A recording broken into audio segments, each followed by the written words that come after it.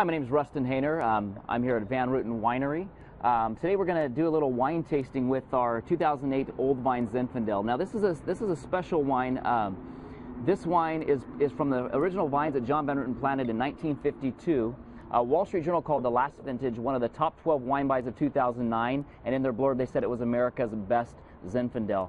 We're going to pour this wine and we're going to go through a little wine tasting today. So obviously we already have an open bottle here, and so we'll pour it into our glass.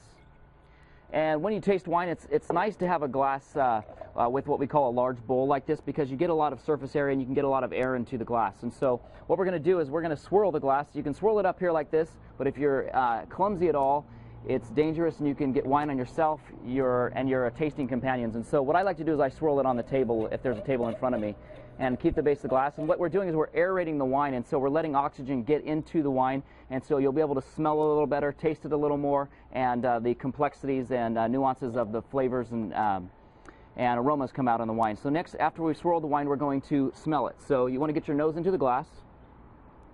So you notice it's kind of almost like you're drinking the wine. And so when you smell the wine, you can take a deep inhale, but what you're going to do is you're going to get probably a lot of alcohol that way. And so the better way to do it is to take small sniffs of the wine. And then you think to yourself, what does it smell like? What am I smelling here? And a lot of times you'll see winemaker's notes, and a winemaker may say, you know, I got some plum aromas in this Zinfandel, or I get a little blueberry jam in this Zin. But that's completely subjective. If you've never tasted blueberry jam, you can't say what it tastes like. And so when you say that, you're just helping yourself remember what you're tasting. And so you smell the wine and say, I get a lot of boysenberry out of this, and a little bit of plum. But that's just me. You may get something completely different. Now we're going to taste the wine.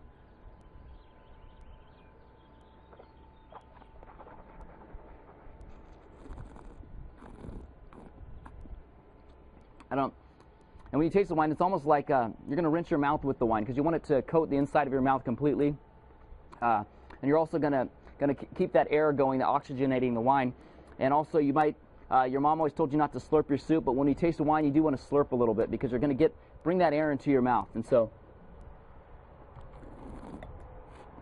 this one here, what I'm getting is I'm getting a lot of blackberry today, a little bit of cherry. And then if you pay attention to the finish of the wine, the finish is basically how long it lasts in your, what the aftertaste that you get in your mouth, basically. And so the longer the aftertaste on a bottle of wine, the better. You want to really be able to savor it and enjoy it. And a good wine will have a long aftertaste, and this wine does. The aftertaste is full of coffee and a little bit of cedar, and also finishing with a little bit of an anise or a licorice flavor. And that's how you taste wine. Another component of tasting wine is a lot of people will look at the glass, and there's these lines that come down the glass, and people will call them legs, or in the UK they call them stems. And really that tells you nothing about how good the wine is, but a lot of people look at that, and so just know that it doesn't tell you whether a wine's good or bad. Another thing is you want to look at the color of the wine, and it's best if you have a white napkin. Here I'm just using a white piece of paper, anything with a white surface, and you can look in the light and you see what color it is. And so that can also that may not tell you how great the wine tastes, but it could tell you the age of the wine. If it's this one's dark and very purple.